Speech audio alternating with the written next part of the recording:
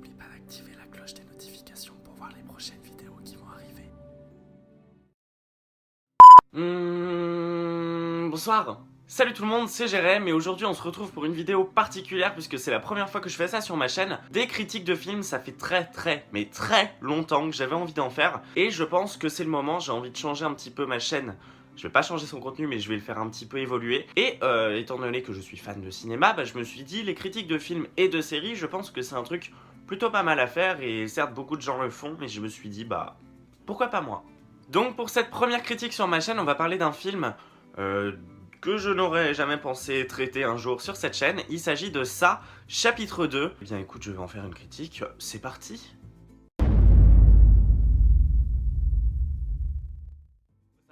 C'est que j'ai mais détesté le premier Ça qui est sorti en 2017. Je voyais pas l'intérêt de ce film, il ne me faisait pas peur. Je trouvais le personnage de Ça complètement ridicule. J'avais vraiment eu un mauvais avis en fait quand je suis sorti du film. Ce chapitre 2, étonnamment, je le dis d'avance, il est super bien. J'y suis allé avec une appréhension de fou.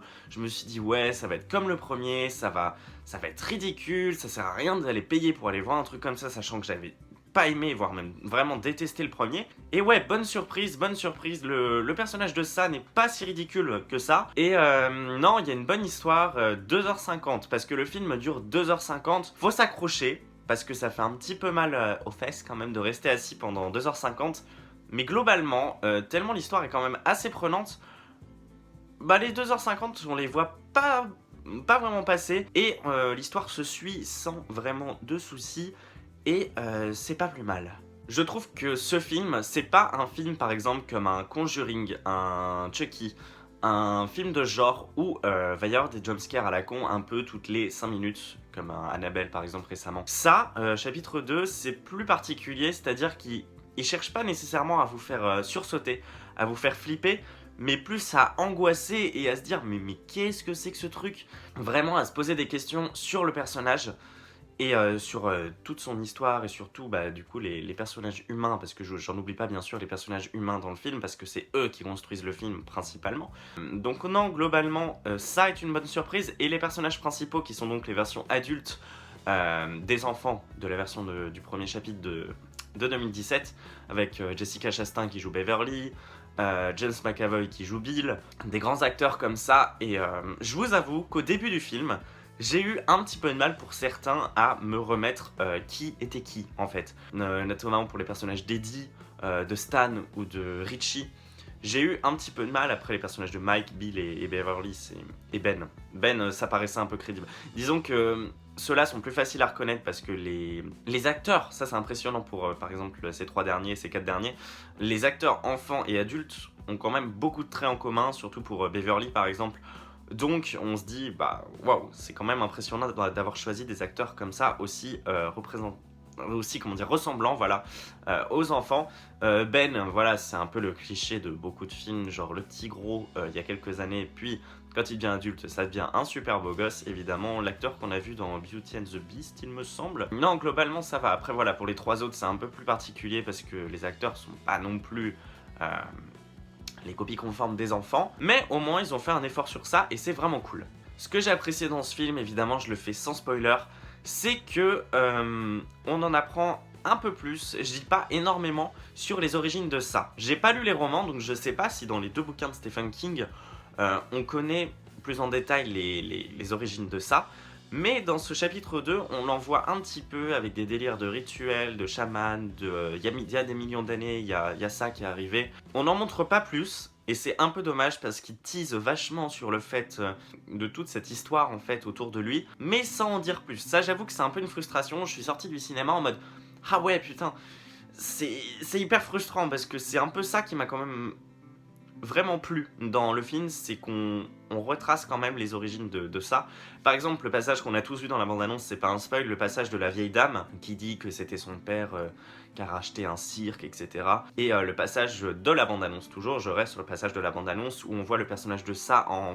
Est-ce que vous voyez l'image en humain pendant qu'il est en train de se maquiller et qu'il est en train de faire ça sur son visage. Donc cette fameuse scène où on le voit en humain, et pour le coup c'est assez perturbant parce que tu te dis mais pourquoi il a choisi la forme d'un clown? C'est vraiment le truc que je veux savoir et que J'essaie de comprendre, mais je ne sais pas si dans les romans, ils en traitent. Je veux savoir pourquoi ça, qui serait donc arrivé des millions d'années auparavant, est resté sous sa forme principale qui est un clown. J'aimerais beaucoup savoir ça, et c'est vrai quand tu ressors du film, t'en sais pas trop. Je sais pas s'ils vont faire un chapitre 3, j'en vois pas l'utilité par exemple de faire un film sur les origines. J'en verrai pas l'utilité parce que ce serait un peu trop long quand même à raconter dans un film, mais j'aurais bien aimé qu'ils en dévoilent un peu plus dans des interviews, dans des trucs, je sais pas. Mais voilà, globalement, c'est ça qui m'a vraiment hypé dans ce film, c'est les origines de la créature, de la dévoreuse de monstres qui, comme il s'appelle, parce que c'est donc visiblement une femelle, voilà. Quelques aussi moments, par exemple, l'intro.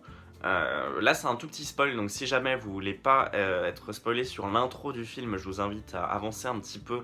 Je mettrai le timecode dans la description en fonction de quand le spoil s'arrête. Donc, c'est juste un petit spoil comme ça. Mais par exemple, l'intro avec Xavier Dolan qui joue donc dans le film et qui joue un gay. Comme tout le temps, comme dans la vraie vie, enfin bref, dans ce film-là, il joue un gay qui se fait tabasser par 4 personnages au tout début du film, et il se fait tabasser par 4 personnages, et il se fait balancer à l'eau par ces 4 mecs-là, et les 4 mecs s'enfuient, et évidemment, il est recueilli dans l'eau par ça, donc la créature qui vient le repêcher et qui le bouffe. Voilà. Mais le truc frustrant, 2 choses. C'est que je vois pas l'intérêt d'avoir fait une scène parce qu'elle est quand même très violente. Je sais pas si vous serez d'accord avec moi, mais c'est quand même une scène. L'intro de ça, chapitre 2, est quand même très très violente. Ça donne le ton, c'est clair. Mais c'est très violent et surtout ça laisse un cadre quand même très homophobe. Mettre un cadre aussi violent avec un personnage gay, enfin 2 en l'occurrence parce que c'est 2 mecs, mais c'est plus le Xavier Dolan qui se fait tabasser quand même que l'autre. Eh bien, disons qu'on est dans une période assez étrange par rapport à l'homophobie, tout ça. Donc mettre des mecs qui tabassent des gays en intro de film, c'est un peu moyen. Disons que si ça aurait été une femme, ça aurait été encore plus violent, bien sûr, je dis pas, et ça aurait encore plus marqué. Mais comme ça marque aussi, et c'est un peu chaud. Comme dans la période où on vit, je trouve que c'est un peu chaud, voilà. Et deuxième point hein, sur cette intro, c'est les 4 mecs qui donc s'en tirent, hein, genre... Xavier Dolan se fait bouffer, mais les 4 mecs, eux, ils s'en tirent tranquilles. Et c'est dommage que dans le film, eh ben, il n'y ait pas de karma pour eux, en fait. Enfin, ils s'en tirent. Tu sais pas ce qu'ils deviennent. Tu sais vraiment pas. Mais j'aurais bien aimé voir un retour de bâton, je sais pas comment on dit, dans leur gueule, en fait, parce que je pense qu'ils l'auraient légèrement mérité quand même. Donc voilà, maintenant que le spoil est terminé, autre point, dans ce film, on voit le retour entre guillemets, de Henry Bowers, je crois que c'était ça son nom. Est-ce que vous vous souvenez, c'est, vous savez, le sort de mec un peu fort qu'il y avait dans le premier, qui est donc de retour dans ce chapitre 2, sortant d'un asile. Je ne vois pas l'intérêt de ce personnage dans le film, mais alors, mais pas du tout. Il est tellement inintéressant l'histoire. En fait, il sort d'un asile. Il va se venger envers les adultes qui sont de retour à Derry. On sait pas comment il est au courant qu'ils sont revenus, mais il est au courant. Il rencontre que 2 personnages et il se fait tuer à la moitié du film par Mike, ou non, par Richie. Enfin, ils sont tous les 3 dans la même pièce en fait. Je ne vois pas l'intérêt de la présence de cet homme dans le film. Autant l'acteur adulte ressemble pour le coup bien aussi à l'acteur jeune, à part pour rallonger le film. Et encore, je n'en vois vraiment pas l'intérêt. Henry Bowers dans le film, je ne vois pas le concept. Je ne sais pas à quoi il sert. Il fait ni peur, il rencontre pas tous les personnages. Je ne vois pas l'intérêt. Et après, je vais pas parler de la fin du film parce qu'évidemment, ça rentrait dans le cadre du spoil. Mais en tout cas, c'est 2 films qui se suffisent à eux-mêmes. Ils forment une bonne duologie, je sais pas si ça se dit. Ça se conclut parfaitement et je trouve que s'ils devaient faire un chapitre 3 sur les origines de ça, je sais pas si ça arriverait.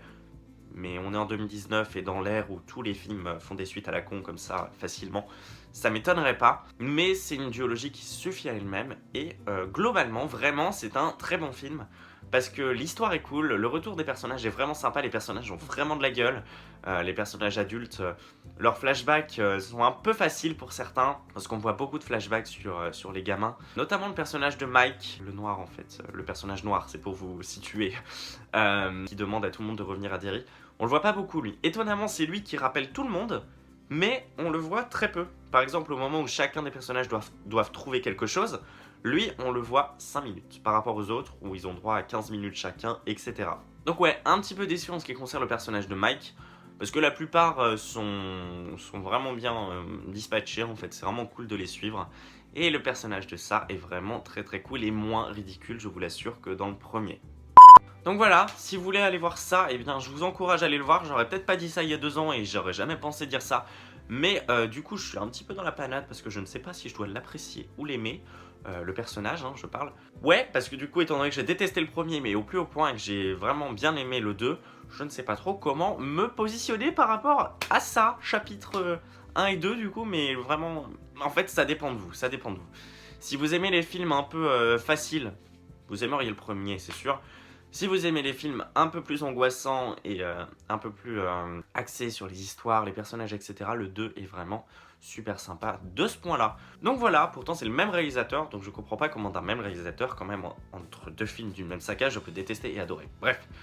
Sur ce, je vous invite à laisser un petit pouce en l'air pour me dire, et un commentaire pardon, pour me dire ce que vous avez pensé de ce film, et à vous abonner si c'est pas déjà fait, parce que du coup je me lance vraiment dans des critiques de films et séries bien sûr, et j'aime beaucoup l'idée, et je pense que je suis dans un bon délire. Donc voilà, sur ce, moi je vous laisse ici, et je vous dis à très bientôt pour de nouvelles vidéos. Salut tout le monde!